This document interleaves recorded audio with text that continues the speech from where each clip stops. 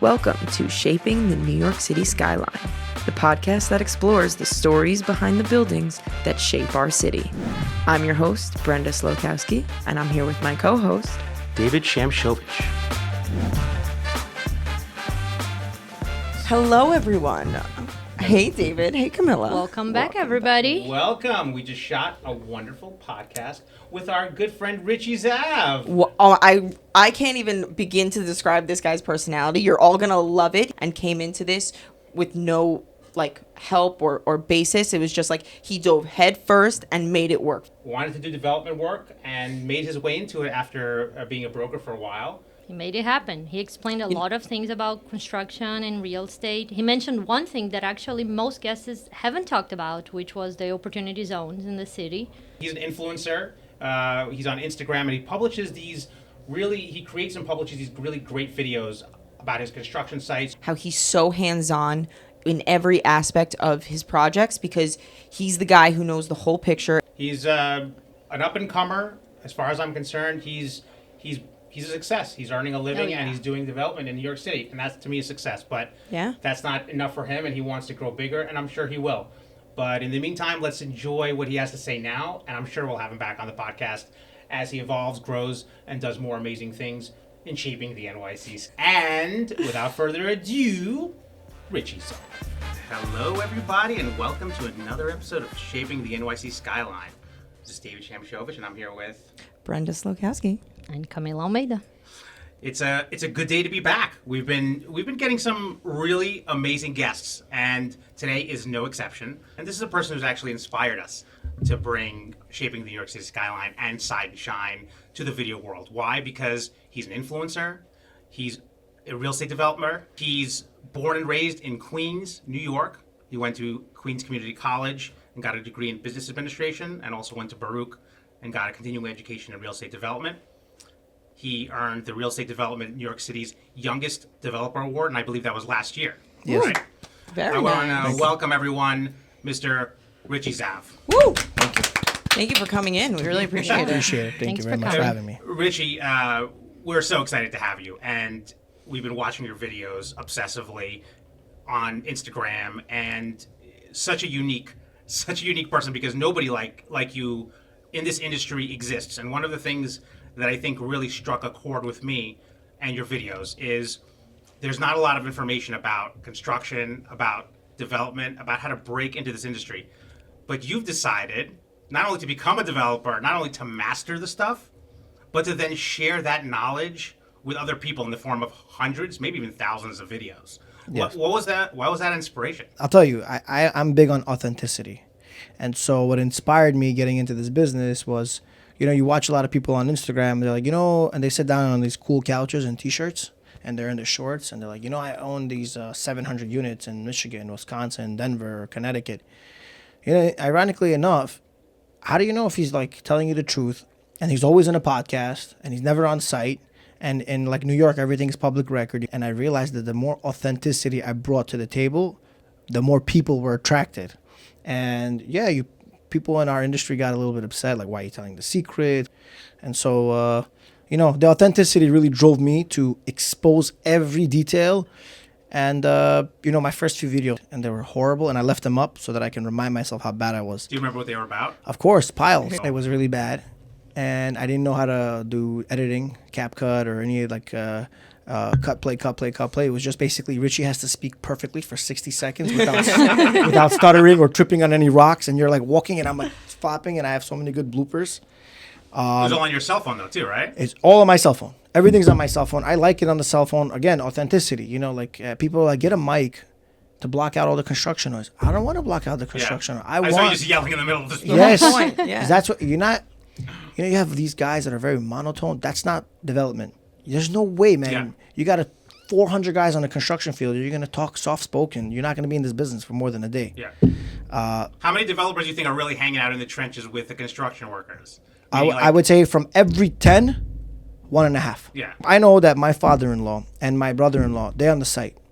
And they'll hang out on the site. And if an individual is a good developer, is that when he has a site meeting, he's scheduled for 1 hour and he ends up staying 4 hours, he knows what he's doing. Yeah.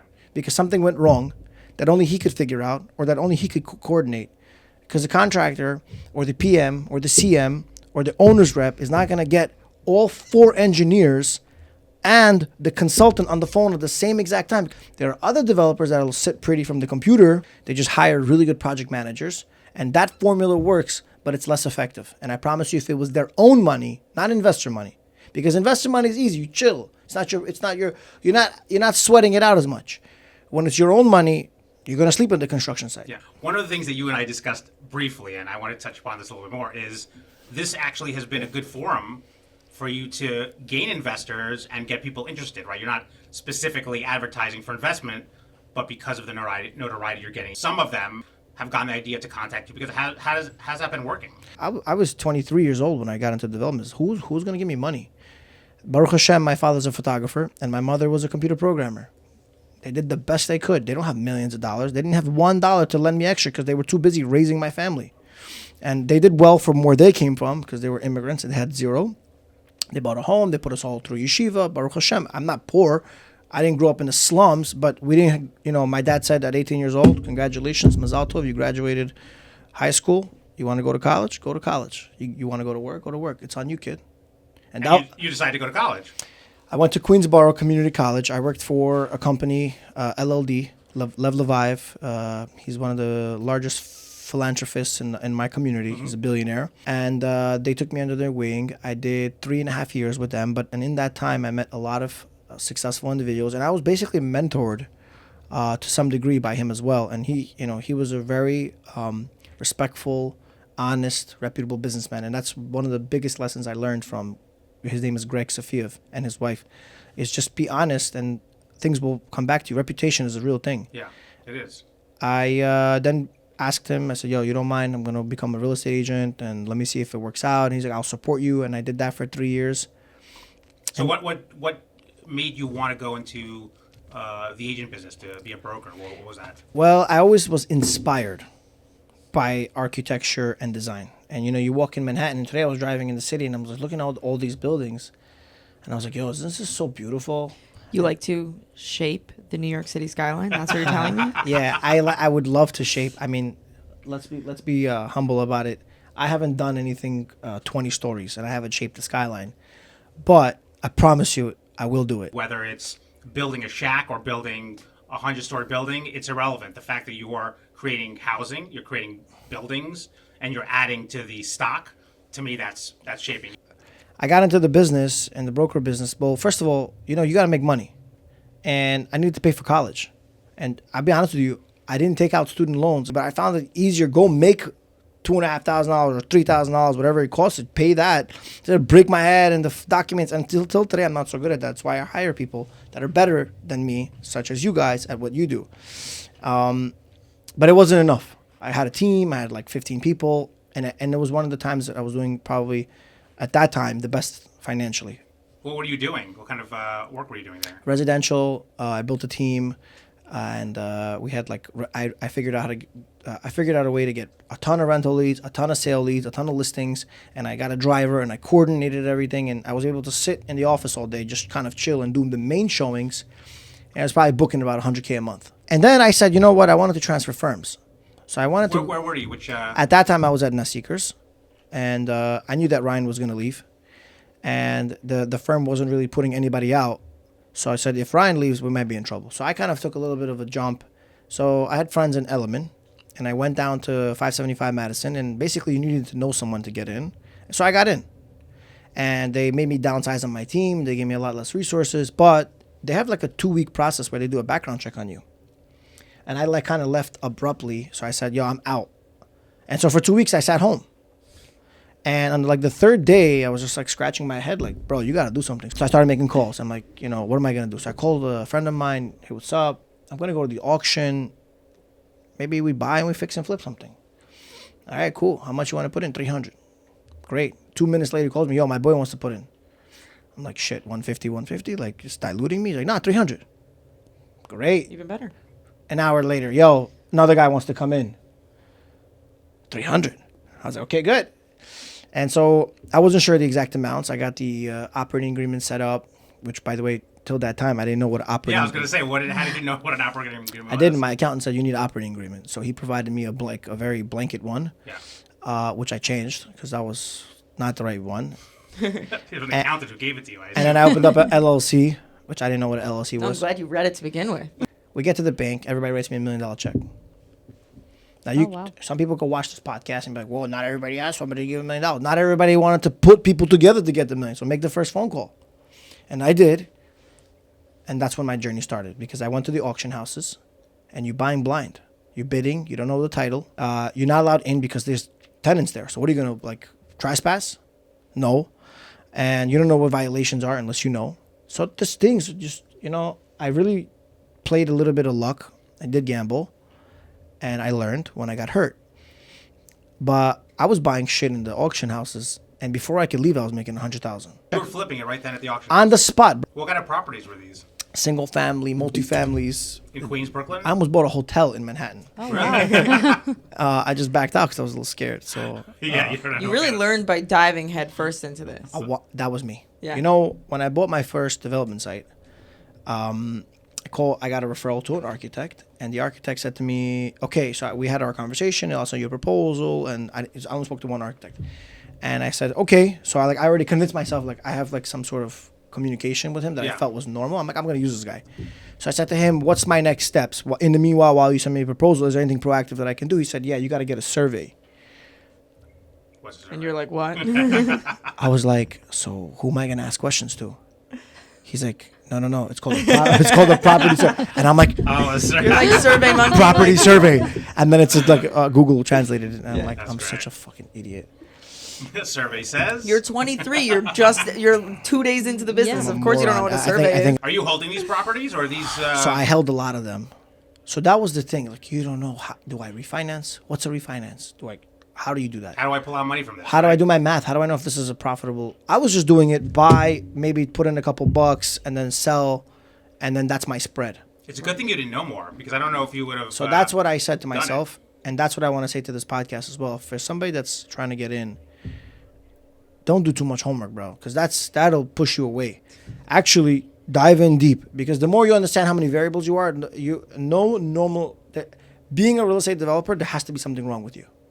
This is probably one of the hardest jobs, in my opinion, ever. Real estate development takes 4 or 5 years. You got to be on your toes every day from beginning to end. You make one mistake, it costs you millions. You got to be sharp, because what you say, you're accountable for.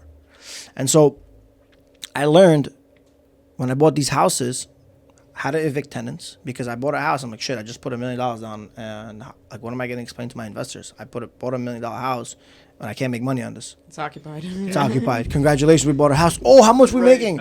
I mean, it's going to take us 5 months, and we're going to pay taxes and mortgage and this and that. 5 months, you're lucky if you can get tenants out in 5 months. I got him out in 10 days. You don't got to be mean to people. You don't got to slap people with eviction case. That scares the shit out of people. Knock on the door, find out what's wrong, make a deal, get them out. In this country, was built on deals. Negotiations. If you know how to properly approach somebody, figure out what they're looking for, and make an appropriate deal. And a part of that, making that appropriate deal, is educating them why that's appropriate. You get them out. Yeah. And I did it every time. And I hear people, I'm in court 5 years. Because you're stubborn. Because you want to prove that you're better than him or her and muscle them. Okay, there's always a bad apple. I agree. No problem. Even the bad apples you can pay to get out. Bottom line is they're staying there not because they're attached to the home, bro. It's very rare. They have some sentimental value. But yeah. I also... They want something. I think what you're saying is right. They want something, and you just have to figure out make what a they deal. want. At the end, you're going to pay the attorney 5 Gs, 10 Gs, 15 Gs, and you're going to pay them a fee, and you're going to pay the restorer the shit that they're going to damage it. Bro, just tally it up, put your pride down, make a deal. That's the smartest thing you could do. If you're smart, you'll do that. If you want to be prideful, you want to pay the lawyers, pay the lawyers. Lawyers make money. Pay the lawyers, please. Pay your lawyers. We're here. As the lawyer in that situation, pay your lawyers. Pay your lawyers. No, I'm not saying pay your lawyers instead. I'm saying if that route doesn't work, then pay your lawyers. Or pay the lawyer to do the negotiation for you. You pay the lawyer to do negotiations. It's also not a bad idea. But I will say that, as a developer, your job is to bet on the man. The man or the woman that's going to get you to the finish line. And you do that every day. Because you need to hire an attorney, you need to hire an architect, you need to hire a surveyor, and you're constantly making bets. how well you do your homework and due diligence, and the more you understand the actual process is going to help you enable what questions to ask to figure out if you're betting on the right guy. And so the developers that I'm used to, they don't do anything. They raise money and they throw it at the wall, and appreciation happens. And if they win, they win. And if depreciation happens, they lose, and they lose big. I don't lose because I do my homework and I don't bet on things that are semi-good or semi-bad. That was when I started. Now I can tell you if something's going to make money, how much percentage, and how long it's going to take me. And I'll even add a buffer for contingency and miscellaneous, but I won't be wrong. So that actually leads me to my next question, which is, you're picking these projects much better than you were years before. Absolutely. How are you picking them? How many of them are you doing at a time? What are the sizes, and what are you doing differently than you did before? I'm building 650 apartments. Simultaneously. At the same time, it goes a lot of planning, a lot of professionalism. You need a great team around you, and I'm definitely picking my properties, and I'm definitely making money. I was cash flow positive through COVID. Not a problem. Yeah. There was an article written about Yeah. how you progressed over those 3 years when everybody was Yes, was going digressing, under. because I picked my tenants correctly, I picked my properties correctly in the right locations, and I dealt with the right individuals, and I dealt with them correctly. Now, yeah, it's not all sunshine and rainbow, and you will encounter major issues. But again, if you know what you're doing and what you're buying, and you know how to build and on a timely schedule, and all your budgets are lining up, you're not going to lose. So, in an instance, right, I'm buying things in opportunity zones, and I was doing that back in 2019, and I Googled what an opportunity zone was, and people that make big money and have great capital gains will run after you. And then you can do all sorts of things with that property on depreciation and giving yourself a salary under management. Investors that invest into the opportunity zone will get a concession on their capital gains over the course of a certain amount of years. Okay. And instead of them paying 37.5% on capital gains, they're able to utilize that money in specific designated neighborhoods, aka the cities or states are trying to promote certain housing. So that's why they gave you these designated zones, and they're already pre-highlighted. And I can tell you in a sub-conversation that some of these neighborhoods are better than the neighborhoods that you live in. So you're not really risking your money in some place that you don't want to invest in because you're afraid that the neighborhood is not great. There are opportunity zones all over Brooklyn, trading over $1,500 a foot. Wow. And all you gotta do is pick up the phone and call the guy. Just gotta take advantage of it. That's it. That's it. And then people will invest, and you're doing them a service, you're doing the neighborhood a service, and you're doing yourself a service. And everybody that you employ in that process, a service. Yeah. So development is great for people. Development is great for New York. Development is great when you know how to play the game correctly, fairly, honestly, diligently. When do you feel like you learned and you got to maybe the apex, or what you felt comfortable that I know this stuff now? You know. When the people I hired, I fired. When I realized that I was teaching them and they stopped teaching me. So once becomes the student becomes the master. I don't want to say I'm the master. I want to say that if I feel or suspect that you don't know what you're doing, then I cannot be on your team and you cannot be on my team. Yeah. I wish I had the time to be like I can be very shrewd. My lawyer knows the process and is playing stupid with me and charging me per hour, and I'm thinking, yo, you're getting paid $1,000 an hour. You asking me these stupid questions? Right. So like you should know the process. And now if I have to tell you the process, then we can't be on the same team. Yeah. And I make decisions quickly, extremely quickly. That's it. And in my mind, there's like a little switch. You're out. You're done. We could be friends. We can't do business anymore. And I'm done. And once I put the phone down, he's done forever. And that's the fastest way to move in my business, because you got to figure out who's a good broker, who's a good architect, who's a good this. And sometimes the good people, they become lazy, they become full.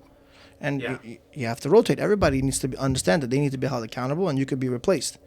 And yeah, it's money. I'm not trying to win a likability contest. I have plenty of friends. I'm trying to make money. That's why I'm in this business. So what kind of properties are you generally developing? Is it all multifamily? Are you doing any commercial or? So primarily, I'm specializing in residential new development. And to my luck, that is probably the strongest asset class in the real estate market today. As we know, offices are struggling. As we know, commercial and retail are struggling. As a residential broker, I understand rentals and I understand sales. So for me, it's very easy to do cross-referencing. And those things are really heavily depending on branding and market share. Yeah. And I understand that today too better than most of the real estate agents that I work with. So by putting those small skill sets that I were able to accumulate in the first 3 years of my real estate career and doing simple math plus coordination, I'm able to put together a phenomenal cookie that I buy lots. I have the same team attend it, get the plans, get the construction loans, get the agreements, build, hire the same agents, sell. So it's on autopilot right now. Well, you're saying it's the same cookie cutter, but we know that that's not the case, right? Because expenses change, wages change, inflation. The last 12 months, construction's on the incline or decline? Who's the real champion here? Who is it really benefiting? Right now, the developers that have potential work. Yeah. All these guys, they need me. I don't need them. What do you mean? Meaning if you were filing 200 sites and now you're filing 100, that means there's 100 less development sites on the field. Yep. So there's 100 less SOE guys needed, 100 less window guys, electrical guys, because at that same time when we were all developing, everything was normal.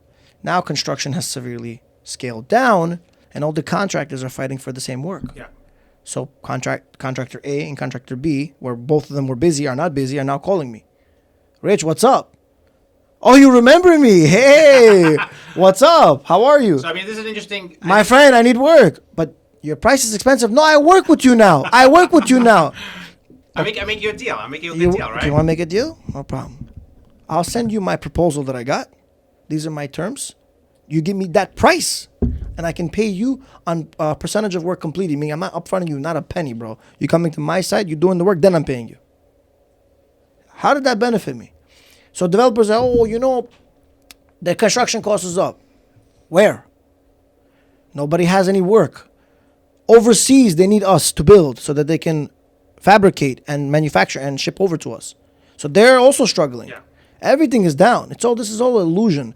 When people raise capital and they tell you I'm building $500 a foot, ask for itemized breakdown where the $500 is going and take that to a contractor and cross-reference, because you need to really be sharp. As a developer, I'm sharp. I can tell you electric, I can tell you plumbing, I can tell you soft cost paperwork, I can tell you your job too, with DHCR and the filing and how often you have to do that, or certificate of eligibility and what you need on the checklist to get, or the signs you need to put in the building, or that if you come out of the tax freeze, or there's a tax assessment and how many years and post, and I know. That's my job. So people that are telling you that construction and development is going the other way, maybe they're just not built for this game.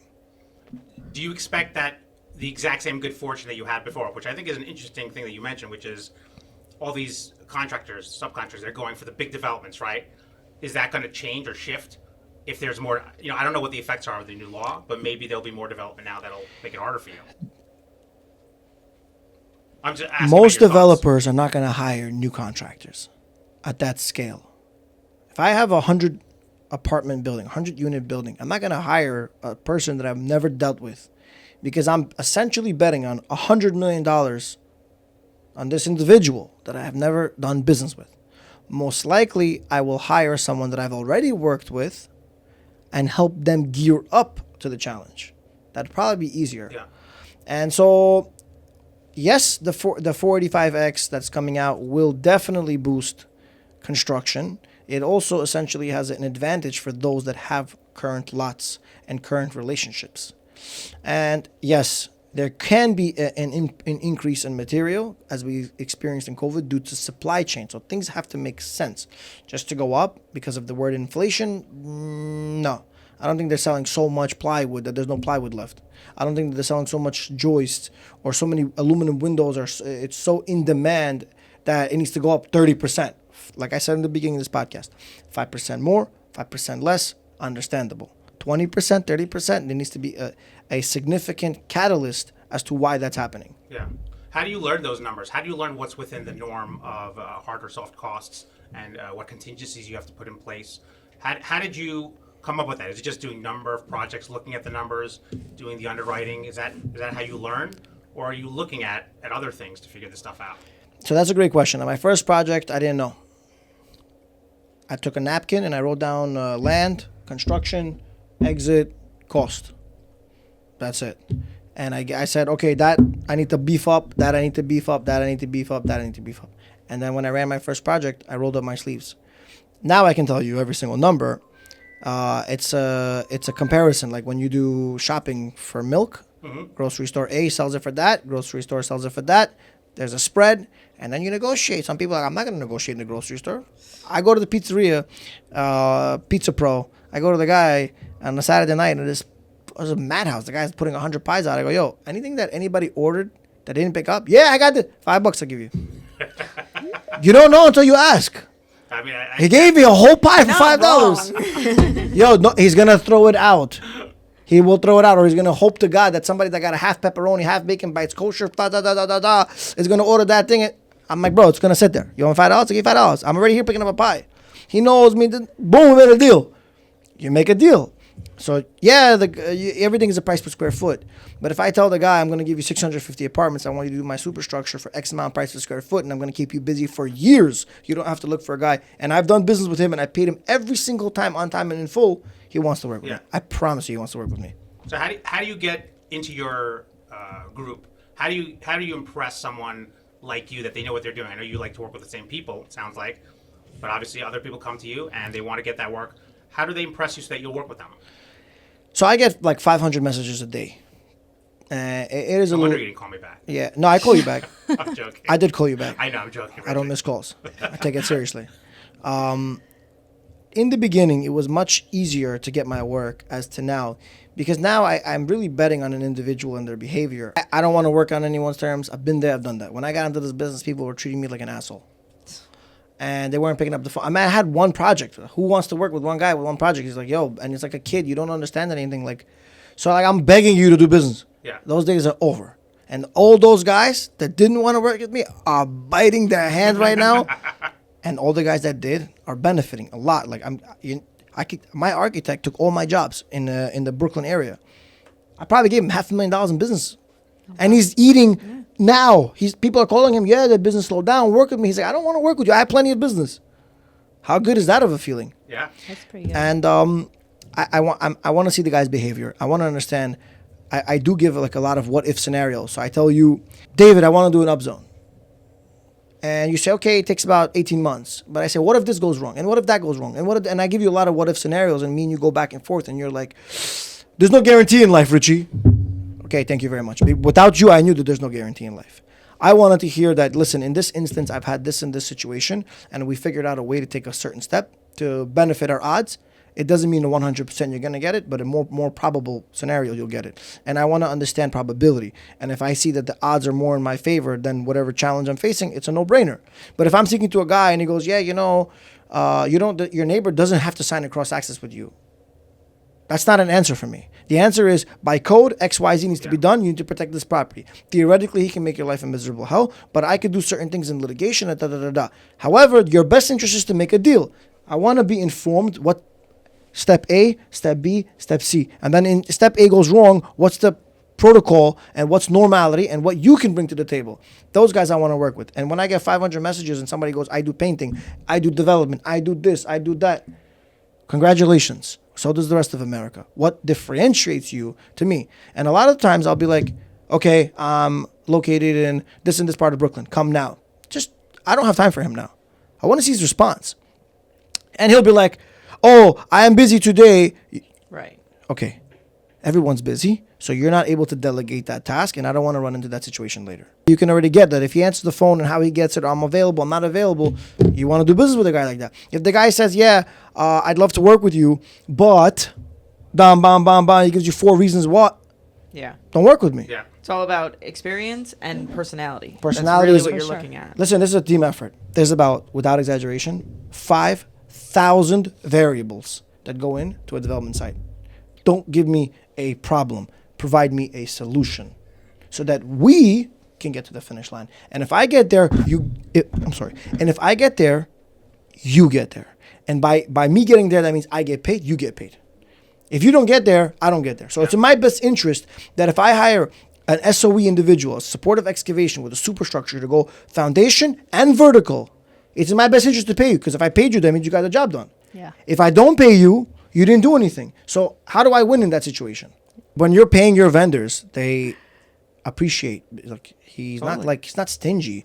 Or like I had a closing the other day, and the attorney did a lot of work for me, and I was going through all the miscellaneous fees, and I'm like, listen, there's a title closer fee here for $150.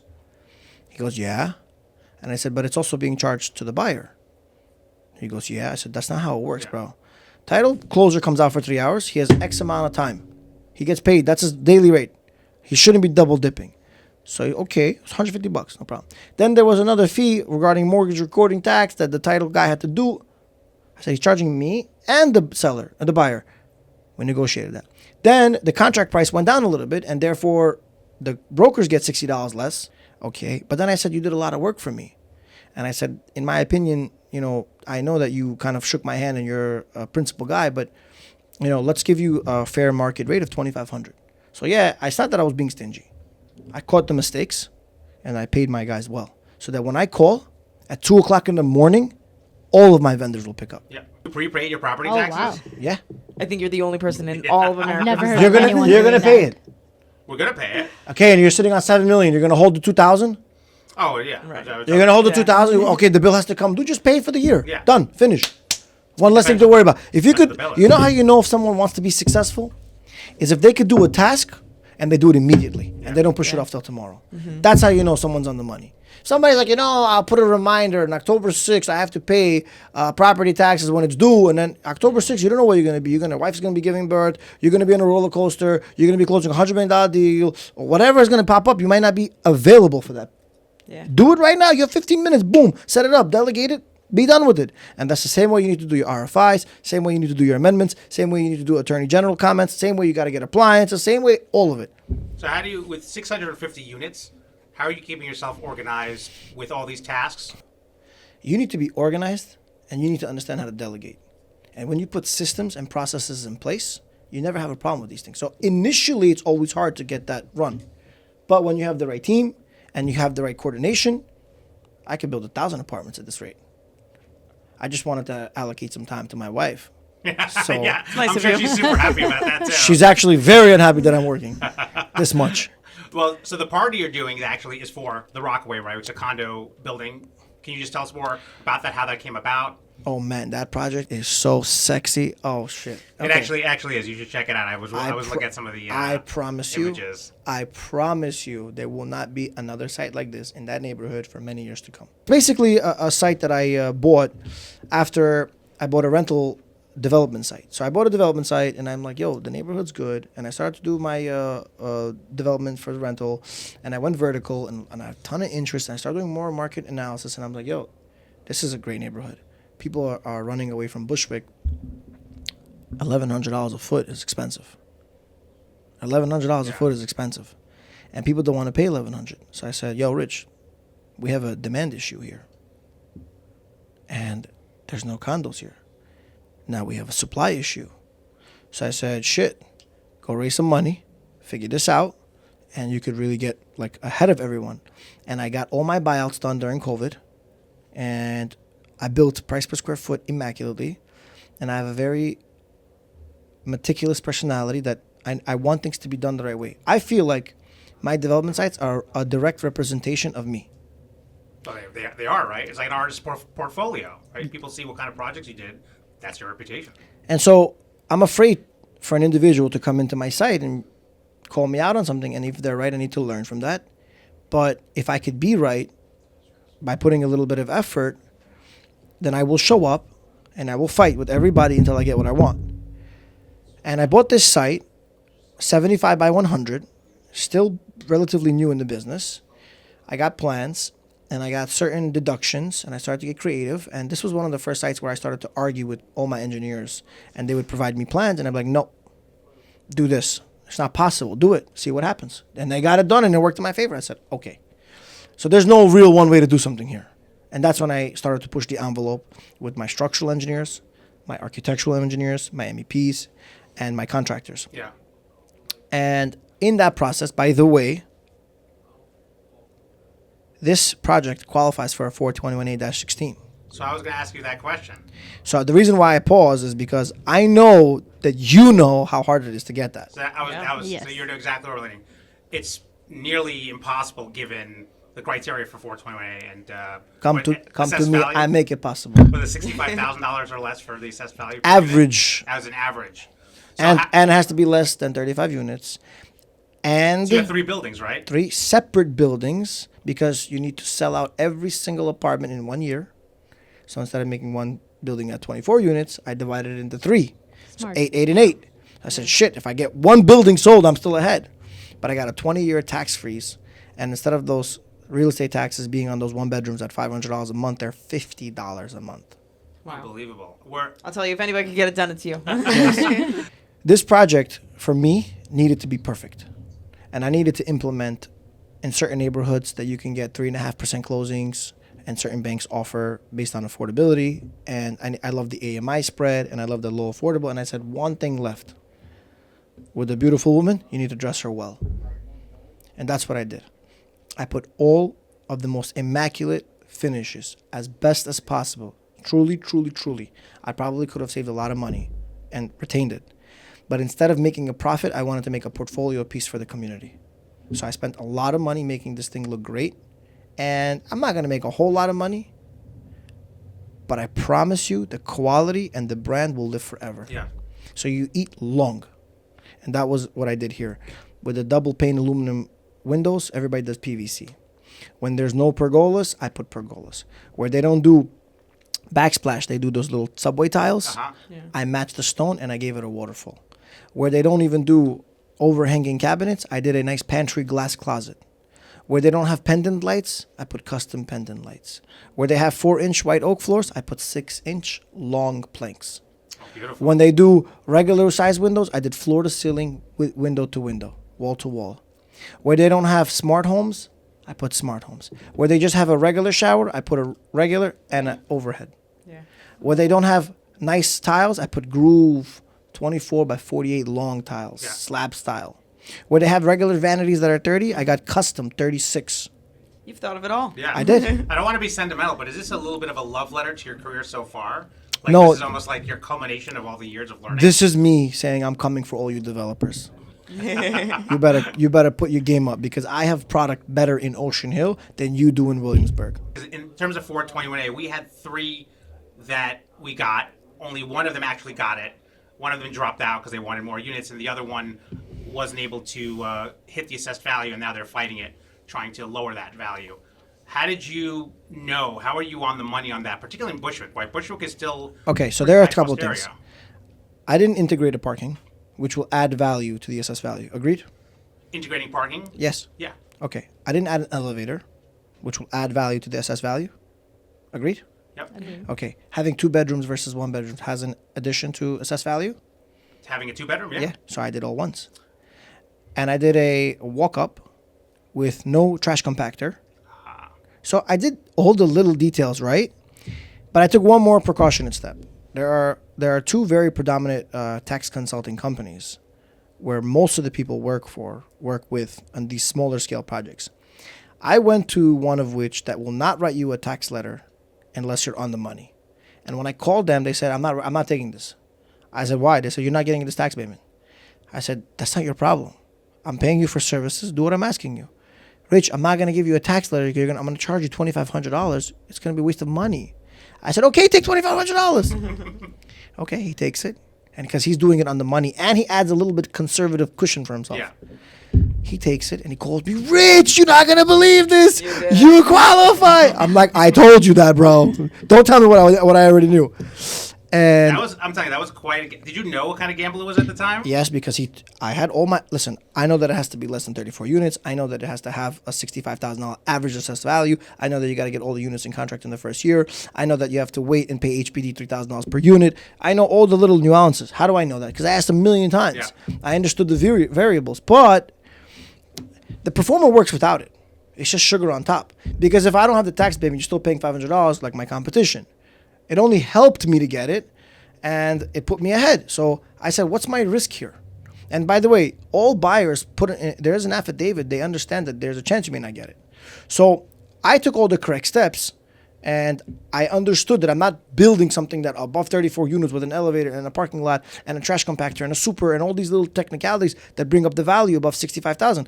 I did as best as possible to provide a nice product which has nothing to do with this as value. What type of slab? I could put a golden slab. It doesn't raise this as value. Perks and additions like parking and elevator and trash compactor and super, those things, or amenities, those things raise up the assessed value. So I spent the money where people are living, the quality, not the bullshit. Yeah.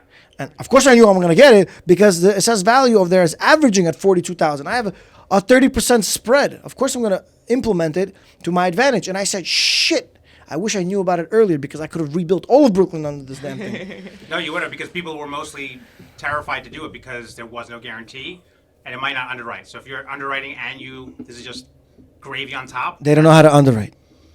Underwriting is very hard. Of course. Remember something. I underwrote my first site on the back of a napkin. So underwriting is less I about... think we saved that napkin, by the way. I don't. I can make one right now for you. No, but that's the original. That's the original. Itemizing is less... underwriting is less about itemizing and more about concentration of exact itemization. So you can have less... I've seen performers like 4,000 line items and they have everything so specific. It's less about having 4,000 items and more about understanding the global soft cost, the global hard cost, the interest and carry, miscellaneous, purchase of land, and a buffer. Yeah. Well, that reverts back to what you were saying before, how you can have all of these little people who are on site and each person knows one part of it, but if your main developer is not there on site knowing all pieces of information, then the entire project is moved. And to comment and compliment on what you're saying is, that is the job of a developer, is to get there, engage it. So if I'm speaking to somebody and they're saying, well, it's going to take about 8 weeks to do that, and I'm already in my mind, I'm like, okay, so that's going to delay my windows. And if I'm delayed on windows, I'm delayed on facade. And if I'm delayed on facade, that means I can't take my shed down. If I can't take my shed down, I can't get my SD1, SD2 signed off. If I can't get my SD1, SD2, I cannot get plumbing, electrical, sprinkler signed off. Boom, it's a chain. They're all attached to each other. Yeah. So developer shows up, he's going to say, can I ask you a crazy question? What's going on with my windows? It's 8 weeks behind. He needs to already think of a creative solution. And if he's not thinking of a creative solution, he's never going to come out of it. No underwriting. God is not going to save him. Yeah. Noah's Ark is not going to come and save you. However, if you're thinking practically and you're doing this with reason and comparables with the right consultants, hence attorneys, you can get very far in this business because they are there to protect you. You just need to know how to ask the right questions and put yourself in a position where you're able to succeed. Higher odds than not. You can go to the casino and win. The odds are stacked against you. We're playing in the business world. We're not playing in the casino. So this should be a very easy game to play. Like I said, most developers are, my friend, I want to do business with you. Send me $4 million, I give you 50% return. Okay, that might have worked 10 years ago. You got the new school coming in now. So I'm coming for everybody. One of the important things that you said in your Instagram post and that you mentioned now in terms of construction loans and getting capital is you have to have skin in the game and relationships. That's one of the things that you said. Absolutely. Before. You were having trouble. Obviously, anybody who's starting out doesn't have a reputation, doesn't have a track record, is going to have a hard time raising money, whether it's debt or equity. How did you finally break through that? I know you did one project, two projects, but how did you finally maintain those relationships and then you were able to raise the capital that you needed, either whether it's equity or debt? So this is a great question. So this was probably one of the hardest things that I encountered, and I still think that construction loans are the hardest, in my opinion. Maybe I agree with you. Maybe they're easier for some people. I don't know. Maybe I have to get better at it. No, it doesn't matter whether I think it's $1 or $97 million. I just did a $97 million loan, and I'm doing a $15 million loan, and the level of complexity is not different. You need to be very creative. You need to be very creative with construction loans. And another thing, the second hardest thing I would say is working with the AG. Less challenging, more time consuming, and exhausting because it's a long process. You got to stay sharp, as I said. But the construction loan is hard because, all right, I'm a bank. I want to underwrite the asset for collateral, and it has to fit my taking. So, meaning I'm looking for land in Brooklyn, has to be condo between 4 and 8 million, and there's so many technicalities, and every bank has their own thing. So, first of all, you got to know who to go to. Okay. Second variable, it has to actually fit the pro forma. Third of all, they have to make sure that the paperwork and the costs align by their engineer, who's never built shit. The fourth thing is now they have to underwrite you as an individual, liquidity, financials, blah, blah, blah. And the fifth thing is they have to make sure that you have enough history to build and to complete the project. So it's like, bro, you give me level after level after level. How am I going to actually get this construction loan? And so what I've learned is with the construction loan, the equity that they would like, and by the way, there's a federal compliancy code. They're not allowed to even talk to you unless you have 15% of your equity built into the project, number one. Number two, they won't do the deal which was at 30% equity, probably now is closer to 35 or 40 because the market has softened. And then they have all these cool terms and technicalities like SOFR and Fed and plus prime, and then you have to hedge that. And then they say, but if the contracts don't go in a certain time, then there's a certain yield, and there's a lot of stuff here, man. If you're not in a finance major, you might be like, I'm not a finance major. Yeah, this stuff gets complicated. I got my associates in Queens College, got continuing get in Queens. I got my associates in Queensborough Community College. Went to Queens College for a semester, transferred to Baruch, didn't even finish there, and I have to understand what a yield maintenance is against a 36-month timeline, which is taking at X%, and against this amount of loan, and there's a retainage, and you got to time coordinate. And I built that into the underwriting too, right? Yeah. You have to project that stuff. Am I in the construction, or am I in finance? Well, that's why you have your strong team on with you. When you're first starting, you don't have nobody. Yeah. So you got God. then? So how did you do it? Because I've been in the situation when you're first starting, you're looking at these documents, and your eyes just start glazing over. Like, what is this stuff? Yeah, and by the way, you have to know how to negotiate 100% of the net and not 85% of the gross on the condo sales, and you need to know that there's an exit, and what you need to know how to negotiate origination fees and appraisals and then good faith deposits, because you give the guy construction monitoring, reserves, bro. Yeah. Taxes and insurance. Banks don't really prepayments. They play stupid with you. The more stupid they play, the more money they make on you. However, my personality is I'm just gonna pick on every sentence. You might spell a word differently. I don't like it. So I was able to. By the way, God did everything. But I have a lot of good people around me. He definitely knows what a high maintenance deal is. Yeah, for sure. It's carrying the whole world. But I have a lot of good people around me. And that stems from my family, my in-laws, and I ask questions. I'm not afraid to call like I was in college.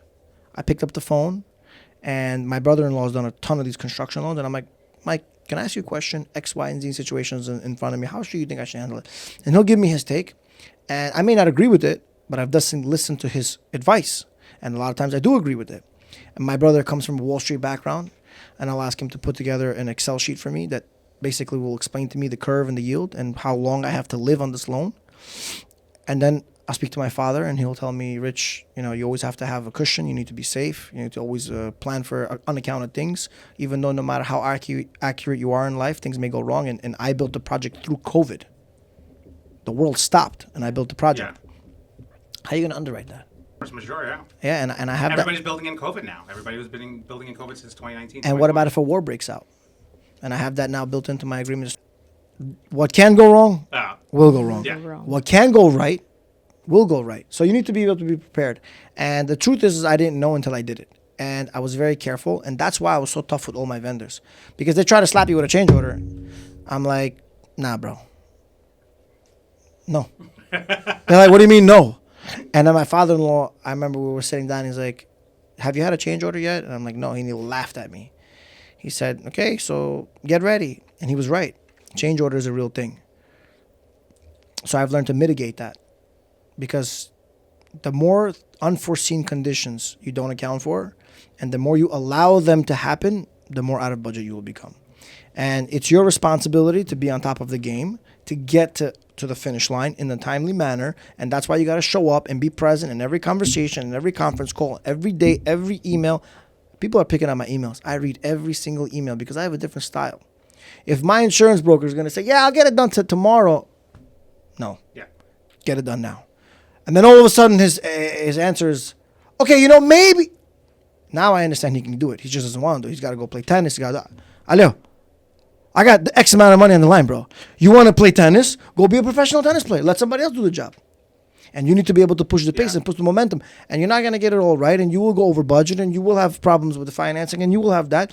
But the more you're involved, the less likely that's to happen. Yeah, I think that's right. And I think having, Rudy and Michael, who you mentioned, who are also, who we work with and we think are absolutely brilliant, and they're such a good resource. Did you marry into that, into the family? Did you marry your wife when you were already in the real estate development world? So my wife and I were dating before I got into development. And I bought my first site. We were still dating. I got married in 2020. My first development site was bought in 2019. And I bought homes in the auctions in 2018. So I already started the business. And my father-in-law and brother-in-law are responsible for a lot of great coordination and contacts. And I've gotten a lot of help from them. And, you can't be prideful, and you need to take good advice. People that have experience over you can help you save. And it doesn't necessarily mean that my father-in-law wrote me a check for $15 million and go invest it, but he gave me something better than that. When I'm having a conversation with him and I'm asking him a question about lead time, and he says, "Oh man, you should have ordered that a long time ago." Teach a man to fish. Yeah. You know? Yeah, he's just, and you got to listen. And he's like, wow, the guy is building X amount of apartments, and he's telling me that I need to be more on top of this because this could be a more pressing issue. It opens up your eyes. Yeah. Now, for some people, that's enough. Some people, you can give them $100 million and run the whole company with them, and they will never figure it out. Everybody's to their own level. And my brother-in-law has helped me with great contacts, great advice, great introductions, and I've reviewed things with him as well. But essentially, all of my development sites are I haven't had the privilege yet to do a site with my in-laws at this time. I'm sure you will eventually. They don't need me. That's going to be the project that shapes the New York City skyline. Maybe they're onto. They have a great system. They have it all down, and they're a professional company. Yeah. I cannot say that there's too many people in the business. I mean, you understand how sharp I am? Imagine how sharp they are. Oh, no, we know. We work with them. We all three of us work with them very closely on a number of projects. Yeah. So we know they have a very good strategy. And people don't understand something. There's a concept of mazal. I agree. They're not there solely because they're lucky. Yeah, they work very hard. Yeah. They work very diligently. But the true champion is my wife. She got everybody covered. She could put it all together. And once you understand... My wife, too. That's weird. What is that going on? Well, I actually heard something... I'm genuinely not shocked. I actually heard something very interesting. About my wife? No. Who's the real champion with a successful enterprise? Okay, let's pretend and I become a big developer in the future. And I put it all together. She picked me. So who's the real winner? She's the real winner. She made the right move. I tell my wife that every day, by the way, just to remind her. Sometimes I leave her notes on the pillow. Yeah. Does she believe you? No. Exactly. The biggest help that I got above my in-laws is probably through my wife supporting me, because I didn't make jack shit in my first year. And I think we got married. I had like $3 in my bank account. And, she stuck it out. Like, bro, I didn't have anything. And I didn't have any assets. And, she comes from a family where they're all developing. And it's a norm to make money in my community. And there goes Little Rich, comes out of a real estate agency and like, yo, I'm going to be a developer. And like, all right, what have you developed? Nothing. What's your background? What's your education? Nothing. And you got to work, man. And you got to grind. Nothing's going to be given to you. And so I had to perform, and I had to figure out things, and you have to ask the right questions. You got to show up. And not only they, but a lot of other people in the industry ask, you know how many times I had the same conversation with my engineers? He explained the same thing to me 100 times. But I'm like, I want to make sure I understand this. Yeah. I want to understand I got this down. I'm laughing because I've had these same conversations where I'll ask somebody the same thing. I just need to understand this. And I'll say it in my own words. Like, yes. Is that right, what I'm saying? But once I get it, I'm going to find a way to make it better than what you did. And because there's always a new style. And there are things that I shared with my in-laws, and they're like, maybe we'll try that. And there are a lot of their vendors that I work with that sometimes I get a better deal. And there are sometimes that they're my vendors that they get a better deal because they have scales to economy as well. And, don't be shrewd, be straight, be professional. Developers carry a very high regard, and that's because they do a lot of special things. Yeah. Doing development work is fusing the city together. housing is the key to everything: economy, education. HPD, DOB, DOT, Verizon, Con Ed. You work with these municipalities, Yep. you'll understand how difficult it is to get something done. Aside from all the other parts, construction loan, finding capital, engineers, finding the right brokers, and synchronizing all that. And then you have government municipalities they're not trying to get in your way. They just have their own way of doing things, and you need to make it work somehow. Yeah. And you decided to be in this business. My dad said to me, you decided to be here. My first year, I wasn't making money. I'm like, Dad, it's hard. He's like, I told you to be a lawyer. That's so you have a Russian background, right? So My parents immigrated from Uzbekistan in 91. In 91, Russia opened up the doors and let people leave. And on the way out, they made sure you took nothing with you. Yeah. My parents Yeah. immigrated to Queens, New York. My father and mother didn't speak English. My mom had two boys, me and my brother, back to back. We have a little sister also, but back to back while going to college. My dad worked like 3 jobs to just get by. and that's the mentality is you made your bed, now lie into it, because I know it's like it's your choice. Nobody's gonna cradle you and make you feel better that you made the wrong. Get up, dust yourself off, do what you need to do, and make a living. My mom and dad supported me. They supported me mentally. They said, yo, we know you could do this. Like, you chose this, stick it out, weather Yeah. the storm, figure it out. And I have a certain personality that likes to push the envelope. And, we're not, you have to truly enjoy what you're doing. Otherwise, there's no point of, no normal person would wake up and just wake up to 80 problems. Yeah. You have to enjoy it to solve it. And to some degree, I do. I do take things personally because I'm trying my best with all my effort. And the least that you could do is match my effort. And when I have someone on the team that's just like, they don't care. Yeah. So then you don't belong on the team, bro. Because I'm never going to ask you to do something that I never did. So if I did something, if I went to FedEx and you asked me to do a overnight delivery, I promise you I'll figure out the best way to get that FedEx overnighted in the most efficient and costly manner. And without an excuse, whether it's snowing, whether it's raining, whether there's hail, whether there's God himself splits the world in half, I'll get that shit FedExed out. But anyone can come up with an excuse and anyone can come up with a solution. What type of individual do you want to be? And that's what I like to associate myself around with the team, is find a solution. Always a way. Always a way. One last thing is what is next for you? I don't want to say anything too much because I don't know. I've gotten this distance. I don't want to say a long distance. Whatever this distance was, I formulated my companies in 2018. It hasn't been too long. And so, or it hasn't been too short. Some people could have done more. And I don't know, if you asked me 6 years ago if I would be sitting here with you and this diligent crowd, if I would be developing or to what degree I'd be developing. But I can tell you something, that whatever it is that I'm going to do, whether it's going to be bigger buildings, and I'd love to say right now, sit here and say, I'm going to build in Manhattan one day, and you don't know, bro. So I don't want to say too much, but my goals are to continuously increase and improve my business. And if whatever little right I'm doing, I want to do better. And whatever wrong I'm doing, I want to get rid of that. And if that's going to help progress me and the city and people, because I do help people. I provide a place for people to live in by code. And if I have to put ERV into a building, which is fresh air systems, and I know these pre-war buildings don't have it, and I know that because I lived in a pre-war building with my wife, and when you shower, the ceiling gets molded because there's no ventilation. I'm providing a solution. Whether you want to admit the city looks good or not, I got plenty of comments from everybody. You like it or not, kids are going to live healthier because of me. And I'm cleaning up these ugly buildings that are not to code, that are not structurally durable or stable, they have no integrity. I'm bringing them down and bringing you a brand new place on a silver platter. Go get a mortgage and live nicely under affordable housing.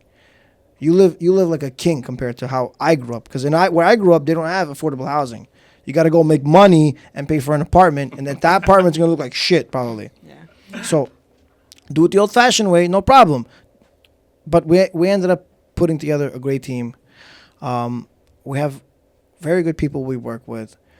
Each part of the process is learning. You need to be constantly updated with all the rules, regulations. You need to have good attorneys, good engineers, good consultants. I was opposed to paying consultants. Like really? $2,000 to have a conversation. And then my brother's like, Rich, this guy spent 40 years doing one thing. It's going to take you 40 years to figure it out. Just pay the guy $2,000 and he'll tell you exactly what you need. And it's like, that was just pay $2,000 with a conversation. I asked a bunch of questions and he told me exactly what I needed to know. And I'm like, shit, that probably could have costed me like $400,000 in the future and like a couple years. And he just told me in 30 seconds. And I understand now that paying consultants are good. I understand that having the right lawyer stand beside you and review your documents technically, all technicalities, indemnifications. Oh, yeah. All these things are they can make or break you. And you need to have the right guys help you. And engineers need to tell you things on the code. We're filing a CCD1. And, you know, like there is a, I believe it's a CZD1. And then there's a CCD1.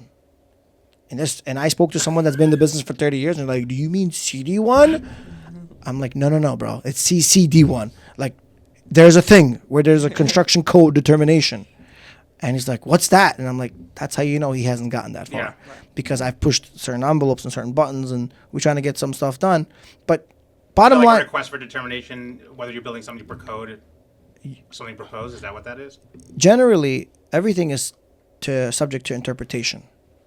And so if you interpret one thing one way and another person interprets another thing another way, then the code is technically subject to a determination. And there's a technical board that the DOB hired and has under payroll will review that code. So if you can figure out how to maximize your building envelopes, and without me saying too much, there are ways to get the benefit of the law.